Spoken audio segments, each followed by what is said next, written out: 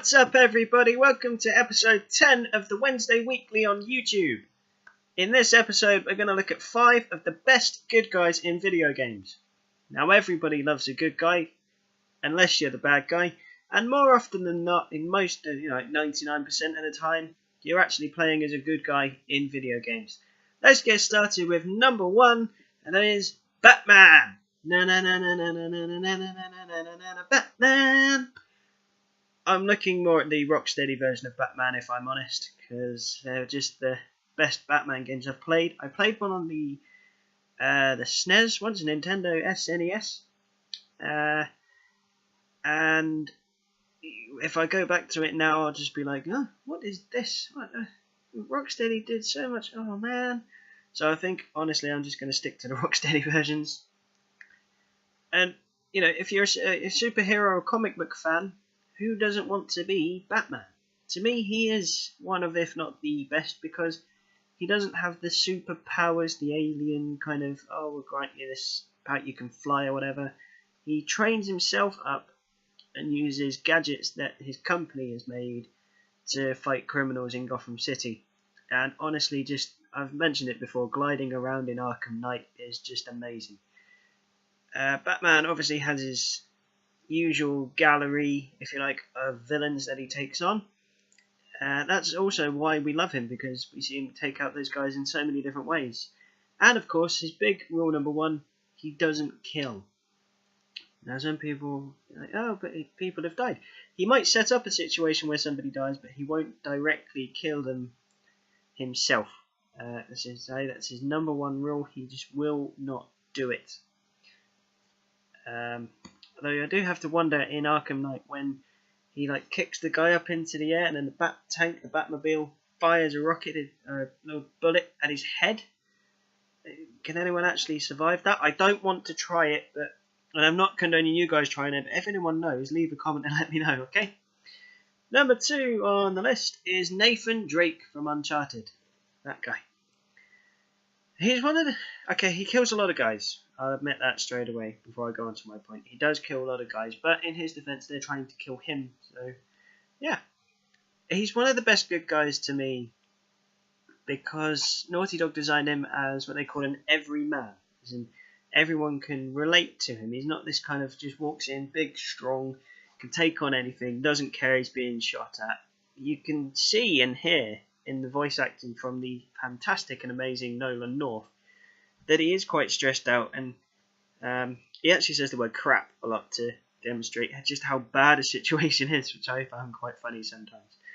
But he's one of the best because he finds these things, kind of like Lara Croft. He finds these things where they've been lost for hundreds and hundreds of years, and he actually prevents the bad guys from getting hold of them, and takes out the bad guys in the process. And honestly, taking out bad guys is a good thing. Good guy. Number 3 is James Bond. Yes, they've been around for 50, 60 years now. The British secret agent who takes down an entire organisation every single film or game by himself. He has a little bit of help in a Q branch, maybe odd woman here and there. But generally he gets in by himself, does the job by himself, and then gets out. Maybe with a woman. Maybe not always by himself. Playing as James Bond is incredible because I'm a big, big James Bond fan. So I really do like running around as the world's top secret agent. And yes, I did just say that. And, shooting out loads of bad guys, blowing up buildings and bases and going in car chases. I think one of my all-time favourite Bond games was Nightfire. That was really, really fun to play, actually. And hopefully, maybe someday they might make it for the PS3 or PS4, because it's superb. And if they ever do, please, whoever makes it, get Pierce Brosnan to do the voice as well as the face, because it is just weird, okay? Anyway, James Bond is on the list because he is a good guy, and he is one of the best good guys to play as in a video game. Number 4 on the list is John Marston from Red Dead Redemption. He wasn't always a good guy, as the name suggests, redemption. He's trying to redeem himself from his former life as an outlaw. by being forced to work for the government to take out his former outlaw gang. Yay! John is trying to do the right thing in the end, and that makes him a good guy. Although you do have the choice, you can go around robbing trains and stealing things from safes, murdering people. But if you want to be a proper good guy, don't do that. Help people, you know? Take people out in jails, increase your fame, save people from being shot or hung, and increase your honour. Be a good guy. He does get given a runaround by Nigel West Dickens, and at moments I did want to shoot him in the face, but you needed him for the story, and then he disappears. So, couldn't really do that. Overall, John Marston, good guy, and, you know, cowboy, West, Old West, amazing. Good times. Brings us to number 5 on the list, and number 5 is Sam Fisher from Tom Clancy's Splinter Cell. And yes, I said Clancy, because I don't think it's Clancy, but Tom Clancy's Splinter Cell. Kind of like James Bond, Sam Fisher is the secret agent that goes into the enemy territory by himself, does the job, and then gets out. He doesn't bring the girl. He doesn't bring a girl back with him. He comes out by himself, which is perhaps easier, which makes Bonds harder, which might make Bond better.